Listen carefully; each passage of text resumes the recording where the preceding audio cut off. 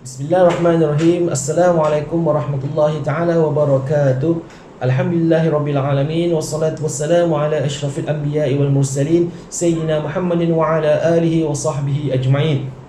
Rabbi shrah li sadri wa yassir li amri wahlul 'uqdatam min lisani yafqahu qawli. Rabbi zidni ilma warzuqni fahman.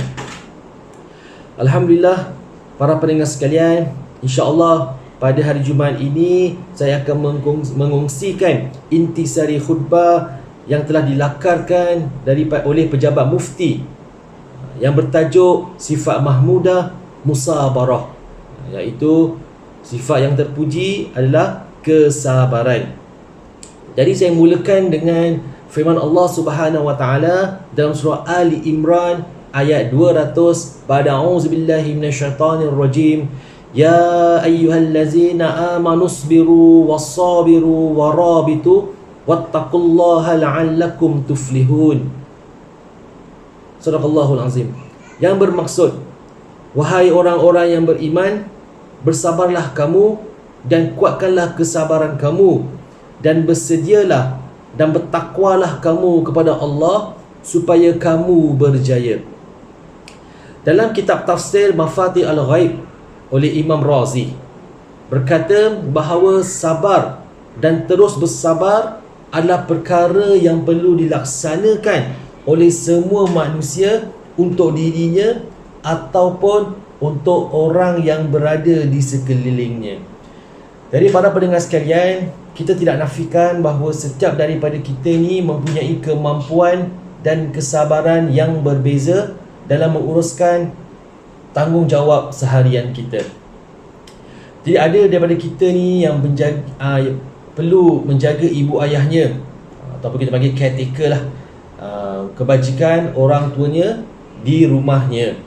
Jadi apa juga peranan dan tanggungjawab kita, kita perlu laksanakannya dengan penuh kesabaran dan amanah. Apa sajalah yang kita lakukan ni, lakukan dengan penuh kesabaran dan penuh dengan amanah. Lagi-lagi kita dengan situasi yang sekarang kita lalui ni.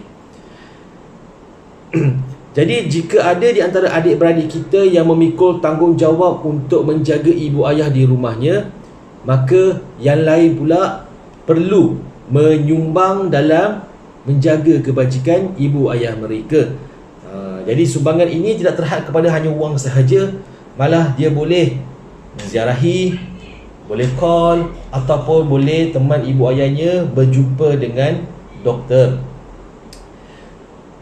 Kenapa para pendengar sekalian? Kerana Nabi SAW ada sebut dalam satu hadis di mana yang bermaksud redha Allah terletak pada redha ibu dan ayah, kemurkaan Allah terletak pada kemurkaan ibu dan ayah.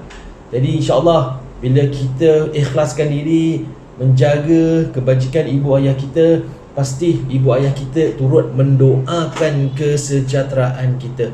Jangan kita mengeluh. Kita faham dengan situasi yang tidak menentu sekarang ni, barangkali ada yang dah diberhentikan kerja, duit tak mencukupi dan sebagainya. Tapi kita pula perlu menjadi caretaker. Perlu kita ingat para pendengar sekalian, dengan kita menjaga ibu ayah kita, secara tak langsung ibu ayah kita akan mendoakan kesejahteraan kita. Itu yang perlu kita yakin. Kita perlu ikhlas dalam menjaga mereka. Dan para pendengar sekalian juga, dalam khutbah ini ada menyebut tentang kita ni masih lagi berdepan dengan ujian wabak yang melanda seluruh dunia ini. Jadi kita pun tak tahulah bila wabak ini akan berakhir.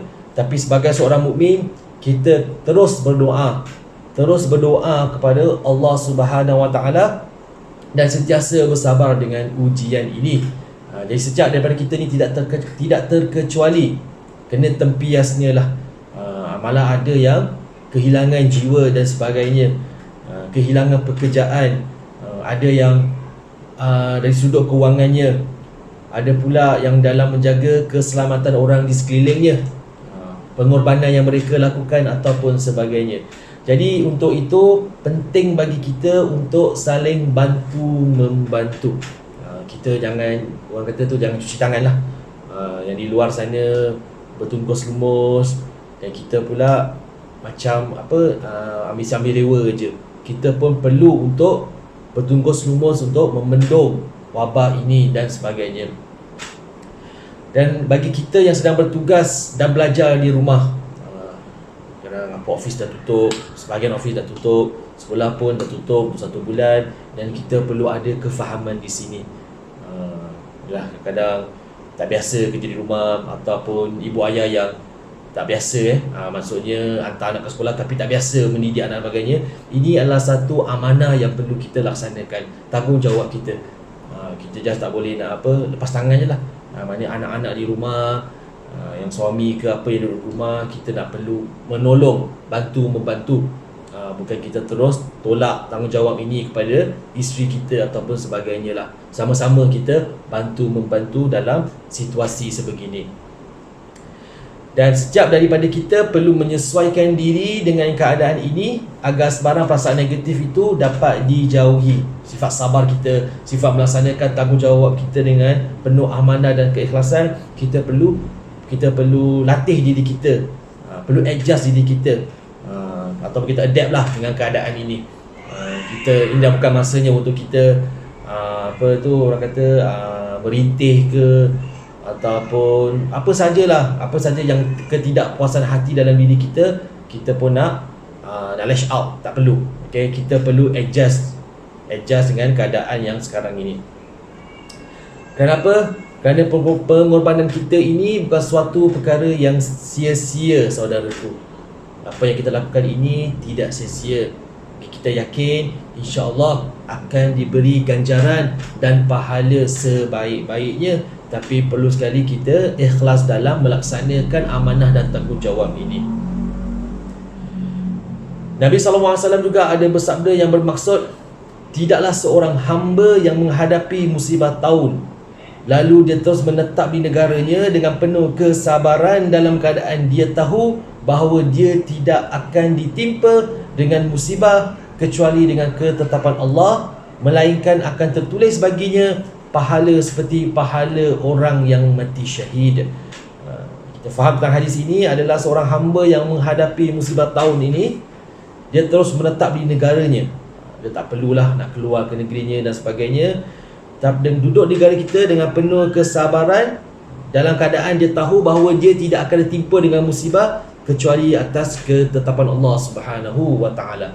Maksud dalam arti kata lain tu, dia pun berusaha untuk membendung, bukan berusaha untuk untuk tidak buat apa-apa.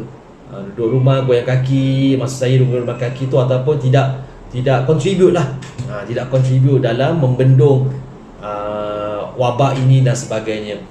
Jadi jika itu yang kita lakukan, insya-Allah akan tertulis baginya pahala seperti pahala orang yang mati syahid. Tinggi sekali pahalanya. Pahalanya para pendengar sekalian. Jadi kalau kita faham tentang hadis ini, kesabaran kita ni perlu ada dalam sebagai aspek. Orang yang di luar sana, orang di rumah pun kita perlu mainkan peranan yang penting. Dan akhir sekali, para pendengar sekalian, mudah-mudahan kita dikurniakan kesabaran berkhidmat pada ibu ayah kita insya-Allah, serta ketabahan menghadapi ujian ini. Mudah-mudahan Allah Subhanahu Wa Taala memberikan kita ketabahan dan kurniakan sifat kesabaran berkhidmat kepada ibu ayah kita, yang menjaga ibu ayah kita. Apa sahaja masalah ataupun keadaan, perlu bersabar. Sebab kita tahu ganjaran yang Allah janjikan tu insya-Allah akan diberikan. Dan semoga Allah Subhanahu Wa Taala menerima segala amalan kita sepanjang bulan Syaban ini dan menemukan kita di bulan Ramadan yang mulia yang akan menjelang tak lama lagi, insya-Allah. Amin ya rabbal alamin. Jadi itu saja perkongsian daripada intisari khutbah pada Jumaat ini. Wabillahi taufiq wal hidayah. Wassalamualaikum warahmatullahi taala wabarakatuh.